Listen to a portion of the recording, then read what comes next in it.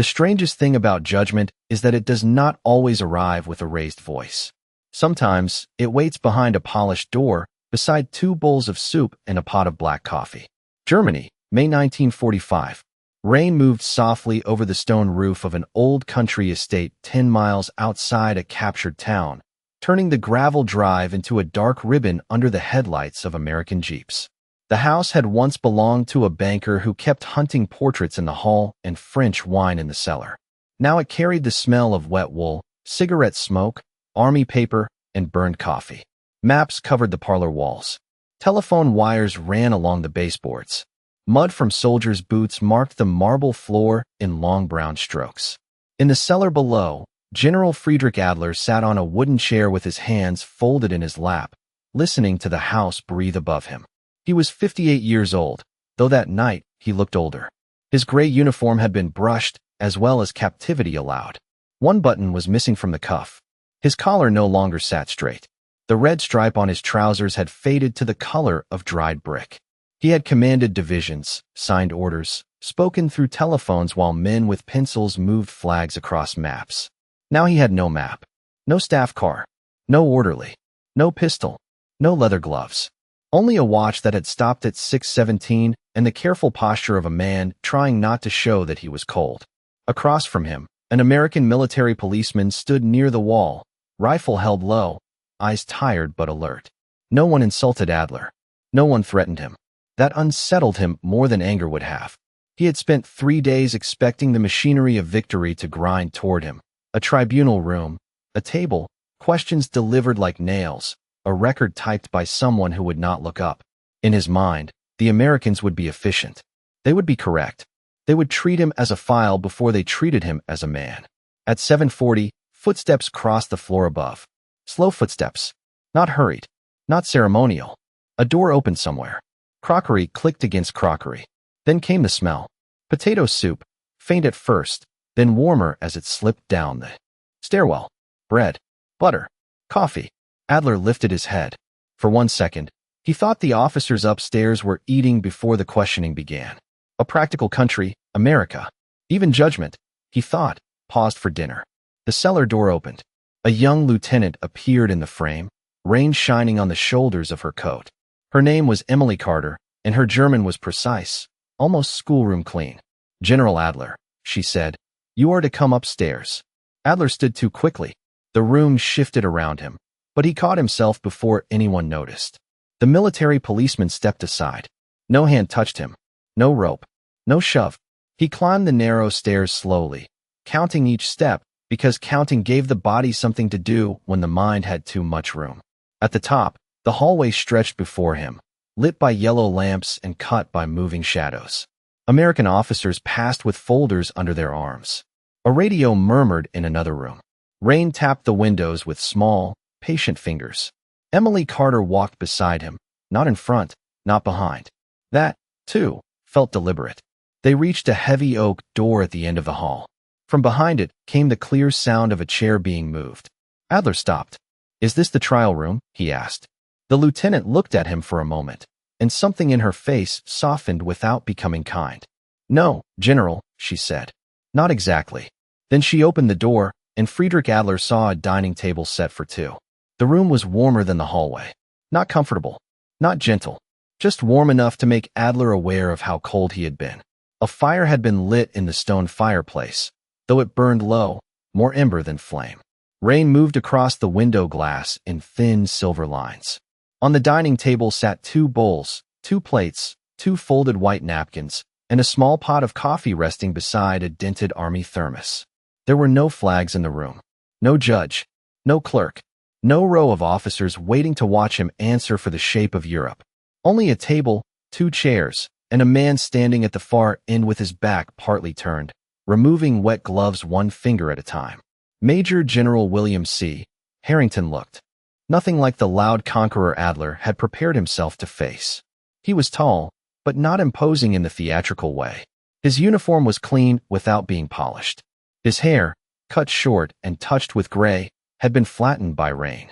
He carried fatigue in the corners of his eyes, the kind that does not come from one sleepless night, but from many months of choosing which road other men would take.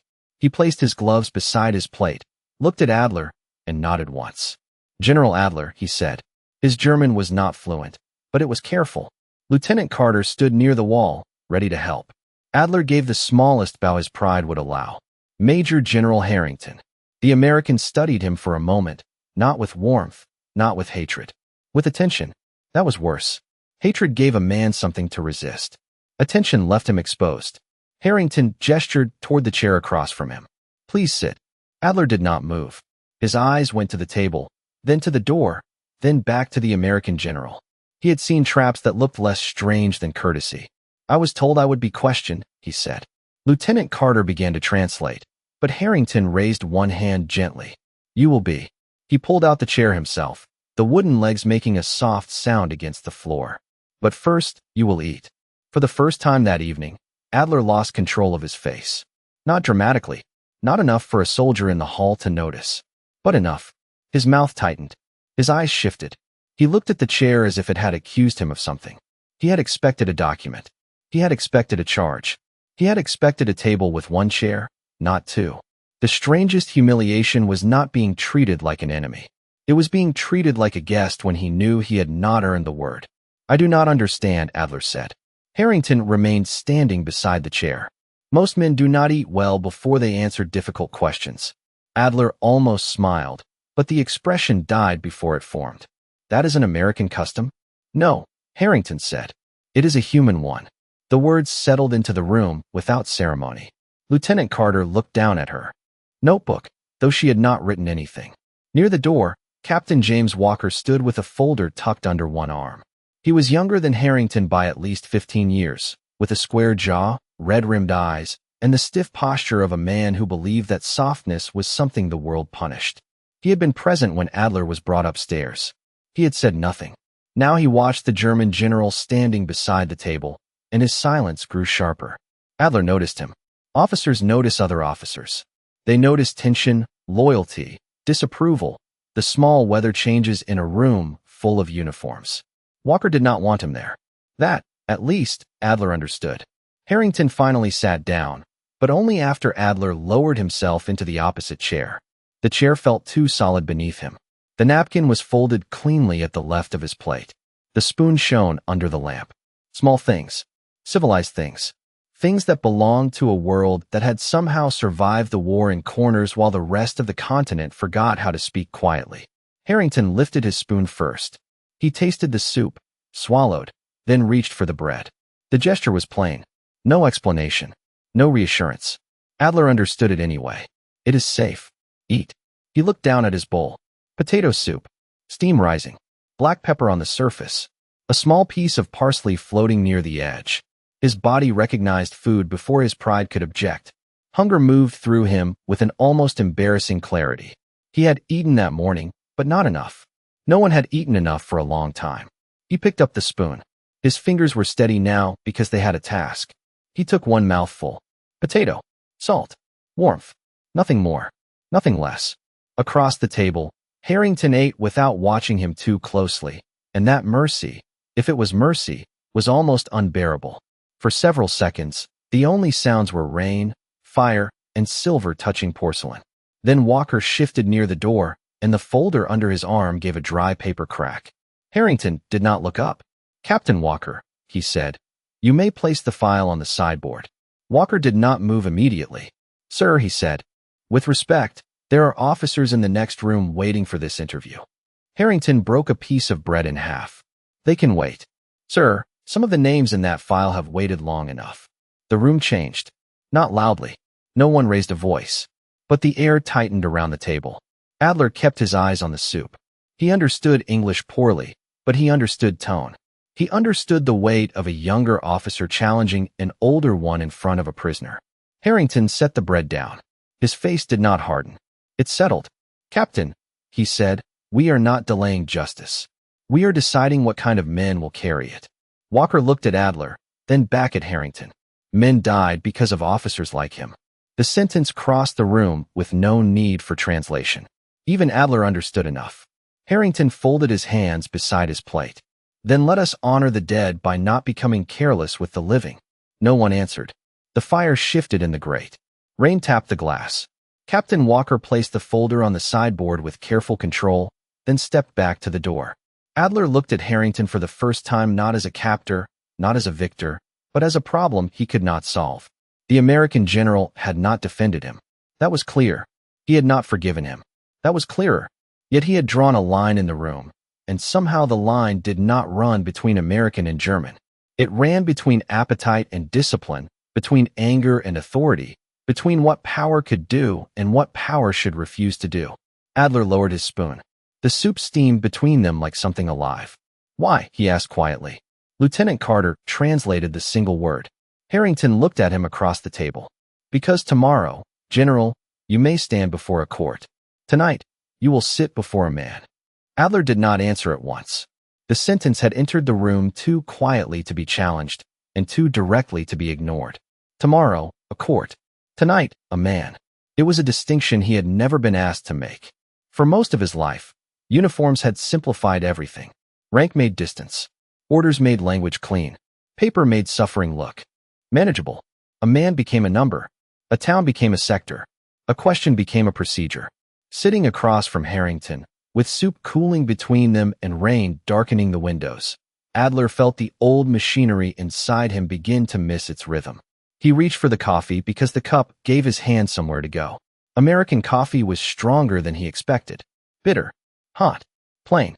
It tasted like something made by people who did not apologize for being awake.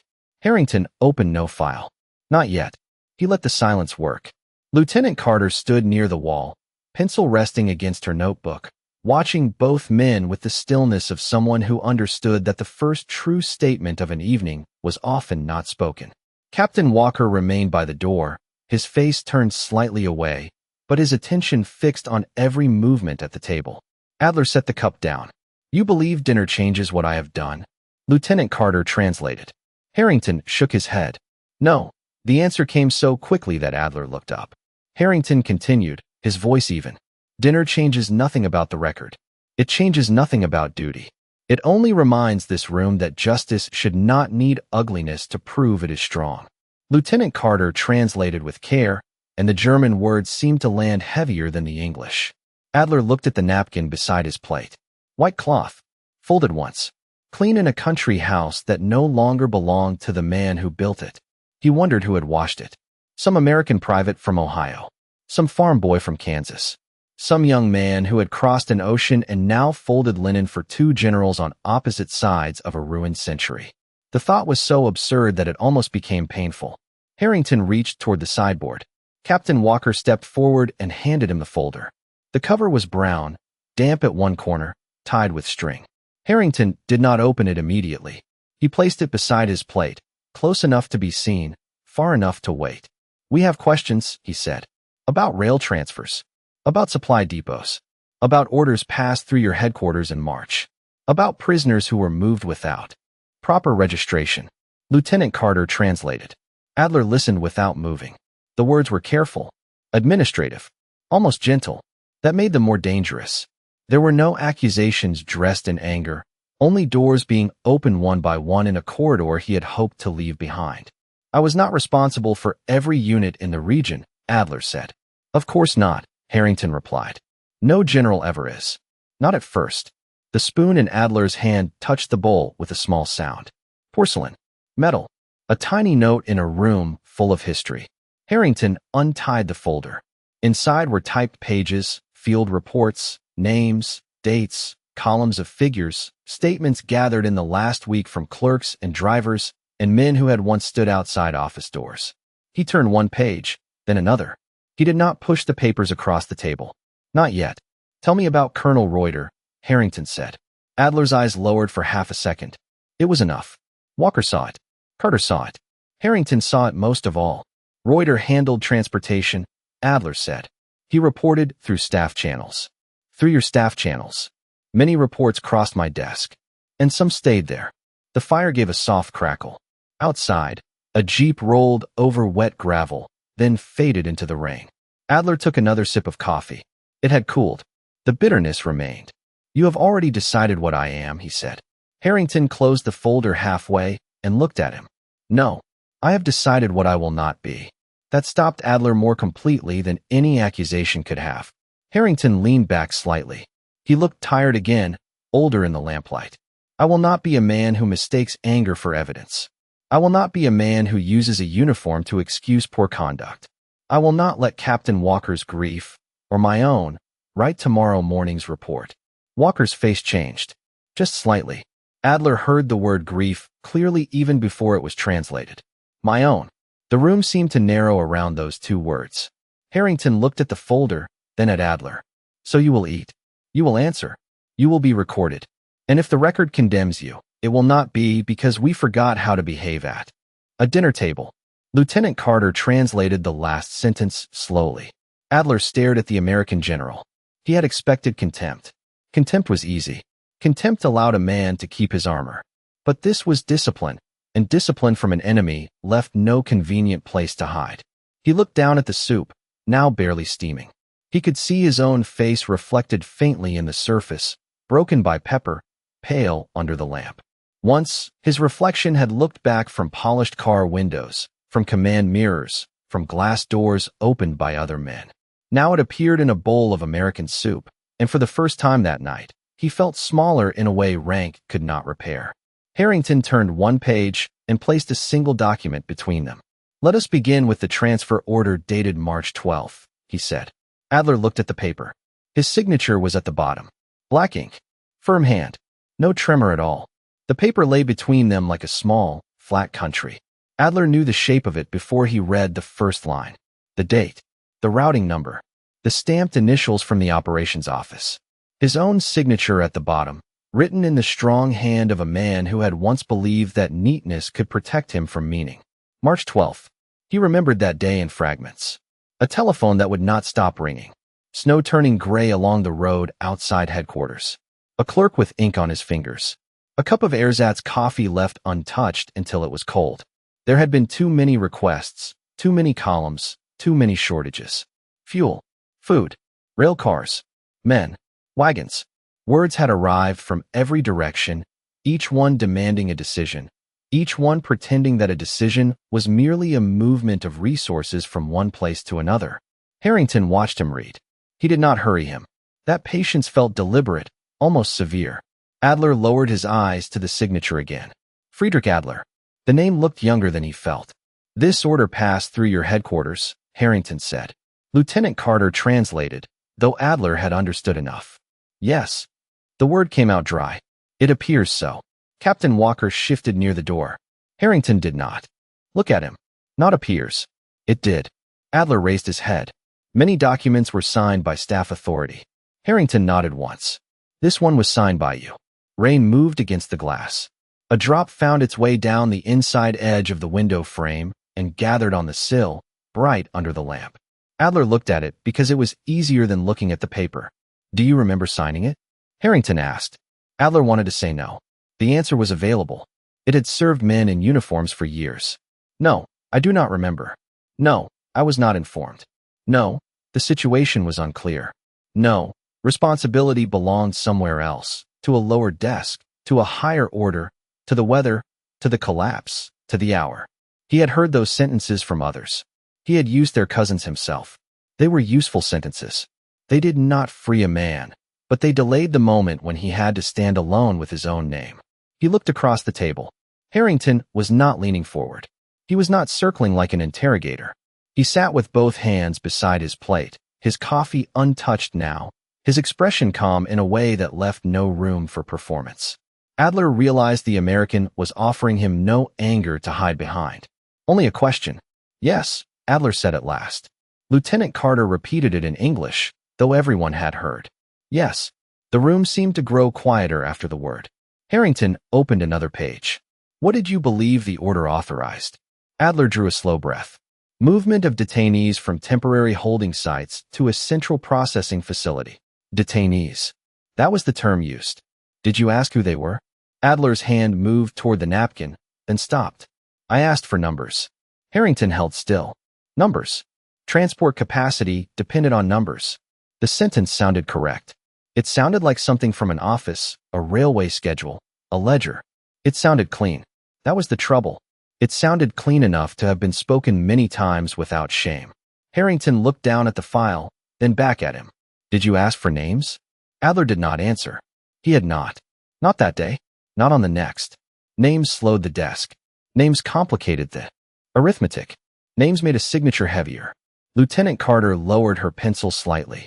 Walker stared at the side of Adler's face. The fire in the grate settled into a red bed of coals. No, Adler said. I did not ask for names. Harrington accepted the answer without triumph. That, too, was punishment of a kind. Not cruelty. Not mercy. Accuracy. He turned another page and placed it gently beside the first. A list. Not long. Not theatrical. Typed in uneven ink. Some entries complete. Some with only initials. Some marked unknown. Adler looked at it, and something tightened behind his ribs. The page was not an accusation shouted across a table. It was worse. It was quiet. The names sat there with no effort to persuade him. Anna Weiss. Marta Keller. Joseph Brandt. Elise Hoffman. Unknown male, approximately 60. Unknown female, approximately 30. Harrington tapped the edge of the page, not the names themselves. This was compiled from surviving records, he said. Incomplete records. We know that. But enough to begin. Adler felt the warmth of the room differently now. The soup, the bread, the coffee, the napkin, the chair pulled out by an enemy. None of it softened the document. It made it sharper. A man could dismiss hatred as victory speaking loudly. He could dismiss insult as the natural language of defeat. But bread on the table and names on the page left no easy defense. Harrington had not fed him to forgive him. He had fed him so that hunger would not become an excuse for evasion, so that the room would contain no ugliness except the truth itself. General Adler, Harrington said, I am going to ask again, and I want you to answer as a man who has finished hiding behind the word numbers. When this order came to your desk, what did you know? Adler looked at the list. The letters blurred for a moment, not from tears, not yet, but from the strange failure of distance. Years of command had trained him to see the war from above. Roads, bridges, rail lines, fronts, arrows, supplies. Now the table forced everything back down to the size of a single line of type. A name, a date, a destination, a blank space where a person should have been fully known. He picked up the napkin and pressed it once to his mouth, though there was nothing there. When he lowered it, his voice had changed. It had lost some of its brass. I knew the transfers were irregular, he said. Lieutenant Carter translated slowly. I knew the paperwork had been made vague on purpose. I knew asking too many questions would bring answers I could not ignore. Captain Walker looked down. Harrington did not move. Adler kept his eyes on the paper. So I asked for numbers. The sentence stayed in the room after Adler finished speaking. So I asked for numbers. It was not loud enough to be a confession in the theatrical sense. It had no trembling music beneath it, no raised hands, no sudden collapse of pride. It was simply a sentence placed on a table already holding soup, bread, coffee, and names. Yet it changed the air more than any shout could have. Captain Walker looked at the German general with an expression that had gone beyond anger into something colder. Lieutenant Carter wrote the words down carefully, each letter formed with the discipline of a schoolteacher. Harrington sat very still. He did not praise the honesty. He did not punish the delay. He only let the sentence become part of the record. Adler looked at the list again. He had thought that admitting one small piece of truth might make him feel lighter. It did not. It only opened the next door. Behind every door was another desk, another railway request, another word chosen because it sounded cleaner than the thing it covered. Movement, processing, capacity, transfer. He had lived inside such words for years. They had been furniture in the rooms of command. Now, under the yellow lamp of an occupied house, they looked like curtains drawn across windows that should have been left open. Harrington reached for his coffee and took a slow sip. It had cooled, but he drank it anyway. Who made the paperwork vague? He asked. Adler closed his eyes for 1 second. Colonel Reuter drafted the language. Lieutenant Carter translated. But you approved it, Harrington said. Yes. Why? Adler's hand rested beside the napkin. His fingers did not shake now. Something worse had happened. They had become quiet. Because the front was collapsing. Because every office was afraid of responsibility. Because men above me wanted results without details, and men below me wanted orders without conscience. He looked up. Because vagueness was useful. Harrington nodded once, as if the answer had confirmed something he already knew but it still needed to hear spoken aloud. Walker stepped away from the door and came closer to the table. Useful, he said. The word came out flat. Lieutenant Carter did not translate. She did not need to. Adler understood the contempt inside it. Walker reached for the folder on the sideboard and pulled out a second packet tied with a gray ribbon. Harrington looked at him. Captain. Walker stopped, but only barely. Sir, he should see it. Harrington's face remained controlled. That is not necessary. With respect, sir, it is necessary for the room to stop pretending this is only paper. The fire made a low sound. Rain tapped the glass. Harrington and Walker looked at each other across a distance that had nothing to do with feet. Adler saw, with a soldier's instinct, that this argument was older than the evening. It had been carried through muddy roads, temporary headquarters, field reports, and sleepless nights. Harrington finally extended his hand. Walker placed the packet in it, then stepped back, jaw tight. Harrington did not open it immediately. He held it with both hands, and for the first time since Adler had entered the room, the American general looked less like a judge and more like a brother. When he untied the ribbon, the papers inside were not many. A photograph, a letter, a short report. Harrington placed the photograph face up beside the list of names. A young American officer looked out from the faded print, smiling in a field jacket, one hand resting on the hood of a Jeep. He had Harrington's eyes, but not his exhaustion. My younger brother, Harrington said. Lieutenant Carter translated after a pause. Lieutenant Samuel Harrington, 26 years old, from Vermont. He was taken prisoner outside St. Louis. For a while, we believed he was being moved east for registration. Adler looked at the photograph, then at the American general.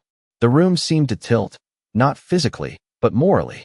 Until that moment, Harrington's restraint had seemed almost abstract, a principle polished by West Point lectures and military law. Now it stood with a face beside it.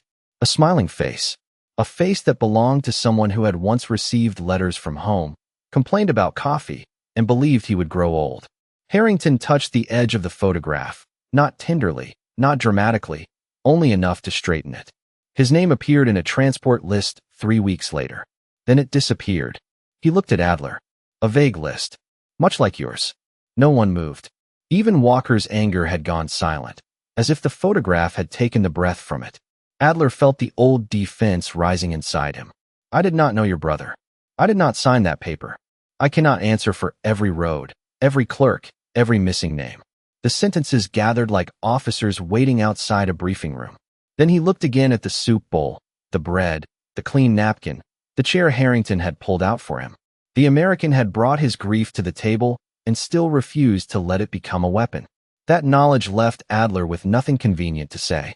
Harrington slipped the photograph back into the packet, but left the report on the table. I have more reason than most men in this house to hate you, he said. That is why I do not trust hatred to question you. Lieutenant Carter's voice softened on the translation, though she tried to keep it formal. Adler's throat tightened. Not from fear. Fear had been with him all evening, familiar and sharp. This was something different. A man across from him had shown him pain and then placed it under command. It was the kind of discipline Adler had once claimed to admire, but rarely practiced when it mattered. Harrington opened the folder again. Now, he said, tell me about Colonel Reuter. Adler looked at the photograph packet, then at the report, then at the list of names. When he spoke, his voice was lower, stripped of rank. Reuter did not act alone. Reuter did not act alone. The words entered the room with a weight that made the fire seem quieter. Lieutenant Carter wrote them down, then looked up, pencil still in her hand. Captain Walker stopped beside the sideboard as if the sentence had caught him by the sleeve. Harrington did not move toward victory. He did not lean forward. He did not let relief, satisfaction, or anger show on his face. He simply waited, because he understood something Adler was only beginning to understand. A man who has spoken one true sentence is standing at the edge of the next one. Adler looked at the papers spread across the table. A transfer order. A list of names. A report tied once with gray ribbon. The photograph had been put away, but its presence remained in the room like a chair that had not been pushed back under the table. He could still see the younger Harrington's face in his mind. Clear eyes. Field jacket. A hand on a Jeep. Not a symbol. Not a number. A brother. Adler swallowed and placed both hands flat on the table, palms down, as if steadying a map in a draft. Reuter drafted the language, he said. General Kessler approved the priority. The railway liaison was Major Vogel. The requests were marked urgent by the Regional Security Office. Lieutenant Carter translated each name carefully, her voice becoming more formal with every word. Harrington turned a blank page in his notebook and began writing. Not hurried, not triumphant. Name by name, he made the table larger than the room. Walker stepped closer. Are those men alive? Carter translated the question. Adler looked at him. Kessler is in American custody near Ulm. Vogel was last seen with the railway staff outside Augsburg. Reuter may still be in the southern zone. He had papers under another name. Harrington's pencil stopped. What name? Adler hesitated. It was not loyalty that held him back. Loyalty had become a damaged word. It was habit. Years of habit. The old instinct to protect the machinery, even after the machinery had crushed its own operators into silence. Outside, thunder moved far away over the hills, not loud, just a low reminder that weather was still crossing borders without permission. Harrington waited. Walker did not. What name? He asked again, sharper this time. Harrington raised one hand slightly, and Walker fell silent, though the effort cost him something. Adler looked at the white napkin beside his bowl. A ridiculous object. A domestic object. A piece of cloth that seemed to demand a cleaner answer than the one he wanted to give. Otto Reinhardt, Adler said. He used the papers of a supply officer who had been reassigned. Reuter always kept spare identities for emergencies. Carter wrote the name, then translated it for Harrington. The American general underlined it once. Where would he go? Adler breathed slowly through his nose. Not to a city. He distrusted crowds. He had a cousin with a mill near the Bavarian border. 12 miles east of Kempten, perhaps less. There is a road through pine woods and a church with a green roof. Harrington wrote that down too. The pencil made a soft, dry sound. Graphite on paper. A small sound for a man being found. Walker turned toward the door as if he wanted to send soldiers immediately, but Harrington held him in place with a look. In a moment, Harrington said. Then he turned back to Adler. Why tell us now? It was the simplest question of the evening, and somehow the most difficult. Adler looked at the soup bowl. A skin had formed over the surface. The bread had gone hard at the cut edge. The coffee was cold. Time had passed without announcing itself. When he had entered the room, dinner had seemed like an insult wrapped in courtesy. Then it had seemed like a test. Now it seemed like something more severe than both. It had removed every excuse except the truth. Because you gave me no cruelty to answer, Adler said. Lieutenant Carter translated, and her voice nearly broke on the last word, though she recovered at once. Adler continued before anyone could interrupt. If you had shouted, I would have become a soldier again. If you had mocked me, I would have become a prisoner. If you had treated me like an animal, I would have hidden inside that treatment and told myself nothing mattered anymore. He looked at Harrington now. But you pulled out a chair. No one spoke. The fire settled lower. Rain moved along the glass in thin, crooked paths. Harrington closed his notebook, but kept one finger inside to hold the page. A chair does not erase a signature, he said. Adler nodded. No. A meal does not purchase mercy. No. And tomorrow will not be easier because tonight was civil. Adler lowered his eyes. I know. Harrington studied him for a long moment. Then he reached for the coffee pot and poured a little more into Adler's cup. It was probably lukewarm. It did not matter. The gesture was not comfort. It was structure. It said the room would continue to be governed. Adler stared at the dark surface of the coffee, then wrapped both hands around the cup without drinking. For years, he had thought authority was the ability to make other men move. That night, across from an enemy who had every reason to hate him, he saw another kind. The ability to keep oneself still. Harrington stood at last. Walker straightened. Carter gathered the pages. The interview was no longer only a conversation. It had become a path, and names were stones laid along it. Harrington looked at the German general. We will continue, he said. Adler nodded once. Yes, he replied. I think we must. They continued after the soup was cleared, though no one asked for the plates to be removed. A private entered quietly, gathered the bowls, and left behind crumbs, coffee rings, and the faint warmth of a meal that had become something else. The dining table was no longer a dining table. It was a map room without maps. Harrington sat at one end with his notebook open. Lieutenant Carter stood closer now, not near the wall, but beside the table, translating each answer into clean English while trying not to soften what the words carried. Captain Walker took the names as they came and wrote them on separate sheets, one per page, as if giving each man enough space to be found. Adler spoke more slowly than before, not because he was trying to hide, because memory, once invited honestly, did not arrive in a straight line. It came in rooms, in smells, in signatures, in men leaning over desks at midnight with their collars open and their faces gray from bad sleep. Colonel Reuter had smoked thin cigars and kept railway timetables folded in his left breast pocket. Major Vogel had hated telephones and preferred blue pencil. General Kessler had never put dangerous language in writing when a nod across a conference table would serve him better. The Regional Security Office used initials instead of full names whenever possible. The supply officers complained only when they lost fuel allocations. The clerks understood more than they admitted. Everyone understood enough. That was the shape of it. Not one monster in a dark room. Not one order with a single black seal. A corridor of men choosing smaller words until the truth became narrow enough to pass through without touching their sleeves. Harrington wrote. Carter translated. Walker sorted pages. Rain kept moving over the old house.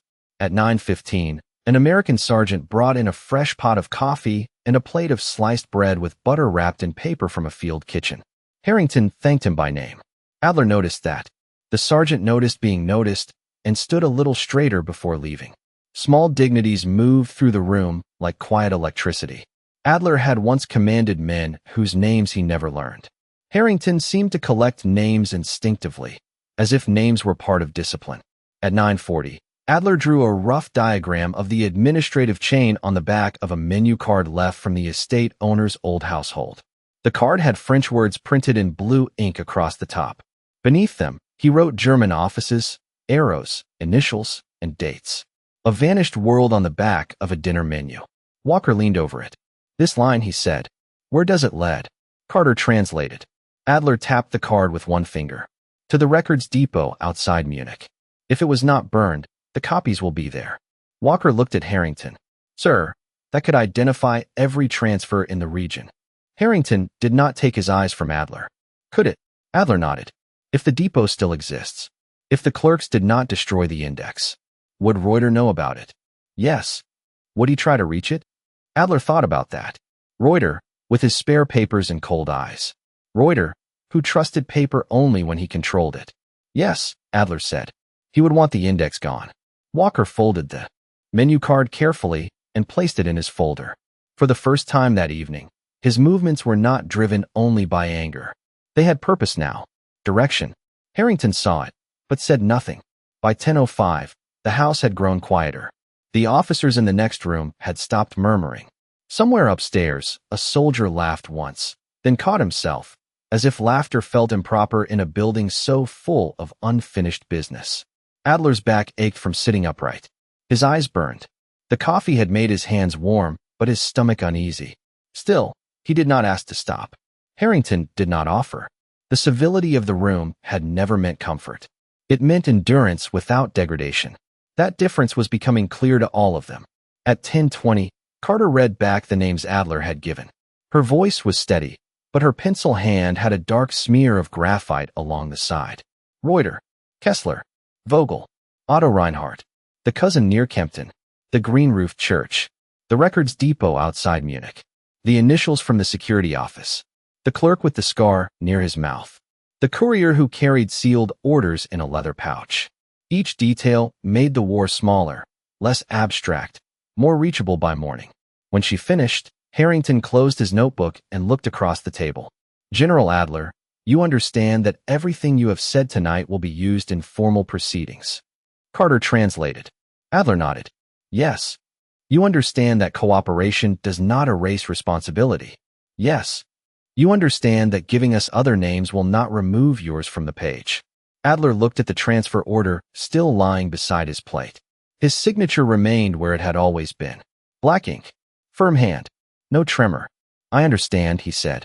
Harrington studied him. Then why continue? Adler looked toward the window. The rain had softened.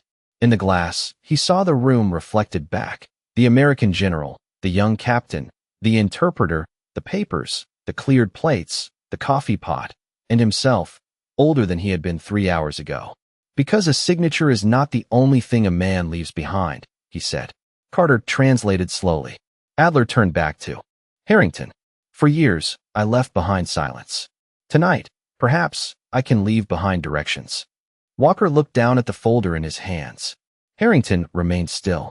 Then, without ceremony, he opened the notebook again. Then give us the road to the depot, he said. Adler reached for the pencil. This time, no one placed it in his hand. He took it himself. Adler drew the road in uneven lines, not because he had forgotten it, but because the hand that had once signed orders easily now understood the weight of drawing a path for other men to follow. He marked the main highway first, then the smaller road that curved through pine woods, then the bridge where the stone rail had cracked during a winter freeze years before. He marked the mill with a square, the church with a small cross, and the records depot with a rectangle set back from the road behind a line of trees. The pencil moved slowly. No one hurried him. Harrington watched the map appear on the back of the old menu card. Captain Walker stood close enough to see every line, but not so close that his shadow fell across the paper. Lieutenant Carter leaned forward, translating the names of villages as Adler spoke them, shaping each German word into careful English for the pages that would leave the room before dawn.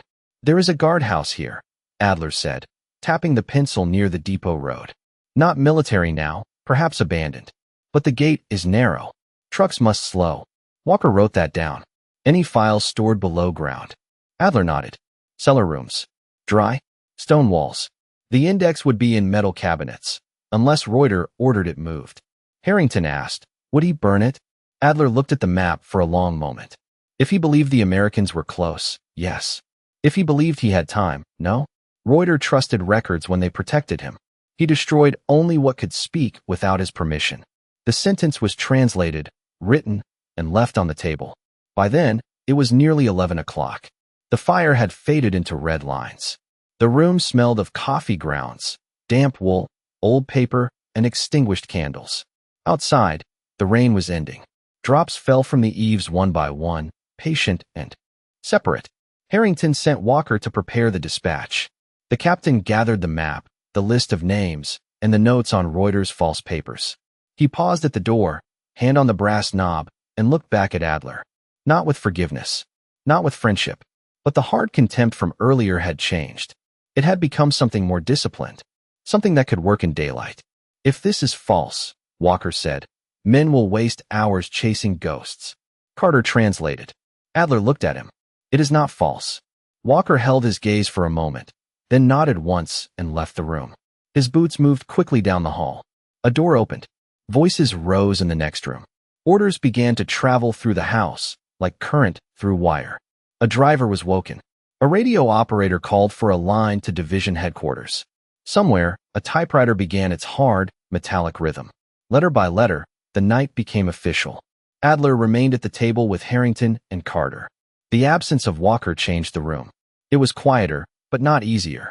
Harrington closed the file and placed both hands on top of it. For several seconds, he said nothing. Adler watched the American general's fingers. Broad hands, clean nails, a small scar near the thumb. Hands that had signed their own orders, sent their own men down roads, carried their own failures in private. You understand, Harrington said at last, that if the depot is found, it may strengthen the case against you. Carter translated. Adler gave a tired nod. Yes. And if Reuter is found, he may speak against you. Yes. Then you have chosen a road that may lead back to your own door. Adler looked toward the window. Beyond the glass, dawn had not come, but the sky had begun to lose some of its blackness. The edges of the trees were faint now, drawn in charcoal against the wet grounds. General Harrington, he said, all roads have led back to my door for some time. I simply refuse to open it. Carter translated softly. Harrington looked down at the folded napkin beside Adler's empty plate. Then, in a gesture so ordinary it almost disappeared, he picked up the coffee pot and filled all 3 cups, including the lieutenant's. Carter blinked, surprised, then accepted hers with both hands. Adler watched the steam rise. Coffee. Paper. Rainwater. A map drawn on a dinner card. This was not pardon. It was not friendship. It was the shape of accountability when it entered a room without shouting. Harrington lifted his cup, but did not drink. Tomorrow morning, he said, you will sign a formal statement. You will be questioned by officers from the legal section. You will not be promised leniency. You will not be threatened for answers. You will be treated correctly. That is all I can offer. Adler listened to the translation. Correctly. The word was plain, almost dry. Yet after years in which correct language had been used to hide incorrect things, it sounded severe enough to stand on. That is more than I expected, Adler said. Harrington's face did not soften. It is not more than the law requires. No, Adler said. He looked at the table, at the place where the soup bowl had been, at the breadcrumbs near the edge of his plate. But perhaps it is more than men usually give when they are tired. Carter did not translate immediately. Harrington seemed to understand enough. In the hallway, Walker's voice called for 2 jeeps and a radio set. The house was awake now. The night had done its work. Harrington stood. Adler tried to stand as well, but the American raised one hand, not as command, but as restraint. Finish your coffee, General, he said. The morning will be long. Adler sat back down. He wrapped both hands around the warm cup. For the first time since entering the house, he was not counting steps, doors, guards, or possible endings. He was listening to the rain stop. Morning came without drama. It did not break over the estate in gold or announce itself with trumpets from a clean sky. It arrived gray and damp, slipping first into the windows, then across the table, then over the papers that had survived the night. The lamps were still burning when the first jeep left for the road toward Kempton. Its tires hissed over wet gravel. Captain Walker rode in the front seat with Adler's map folded inside his coat, his face pale from sleeplessness, his jaw set not with anger. Now, but with duty. Harrington watched from the window until the jeep disappeared between the trees. Then he turned back to the dining room. General Friedrich Adler still sat at the table, both hands around an empty coffee cup. He had not slept. None of them had. Lieutenant Carter gathered the notes into a clean stack and placed a formal statement in front of him. The paper was fresh. The ink bottle was full. The chair beneath him was the same chair Harrington had pulled out hours earlier. That detail remained strangely alive in the room. Adler read the statement slowly, name by name, date by date, road by road. There were places where the language was legal and plain, but no longer vague. He had spent years hiding behind fog. Now the words had edges. He signed at 6:32 in the morning. This time, the hand trembled. Not enough to spoil the signature. Enough to make it human. Harrington did not comment. He sanded the ink, waited, then handed the paper to Lieutenant Carter. She took it with both hands, as if the sheet were heavier than paper had any right to be. Outside, soldiers moved through the wet yard. A cook carried a crate of tin cups. A radio operator crossed the gravel with headphones around his neck. Somewhere in the house, a typewriter began again, turning confession into copies, copies into orders, orders into motion. Adler listened to it all. For the first time in many years, official sounds did not comfort him. They measured him. At 7:10, Harrington stood beside the table and put on his gloves. They were still slightly damp from the night before. You will be taken to the legal officers now, he said. Carter translated. Adler rose carefully. His legs were stiff. His uniform looked older in daylight.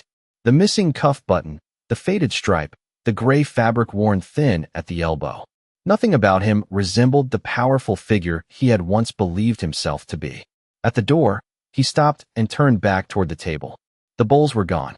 The bread plate was empty. 3 coffee cups remained, each marked by a dark crescent at the bottom. The napkin beside his place had been folded poorly after use, no longer white in the perfect way it had been when. The evening began. Adler looked at it longer than anyone expected. General Harrington, he said, and waited for Carter to translate.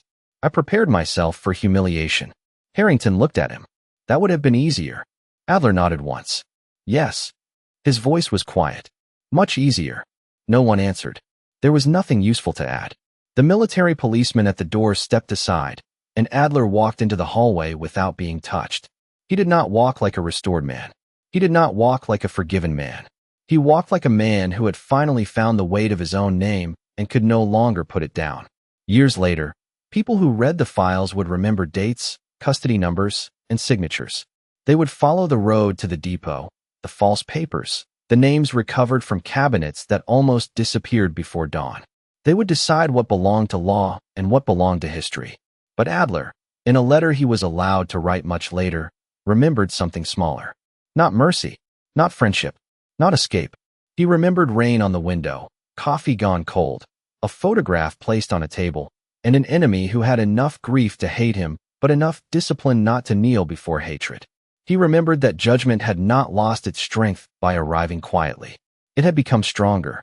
He had expected a raised voice. He had expected a room built to make him smaller. Instead, he found a chair pulled out by the man who could have left him standing. And in that chair, before the papers, before the signatures, before the long morning of questions, Friedrich Adler learned the difference between being defeated and being made to look at the truth. The quiet ones are never truly ordinary. Sometimes they wear a general's stars. Sometimes they carry a notebook. Sometimes they simply pour coffee, wait for the rain to stop, and refuse to let the world become less human in their hands.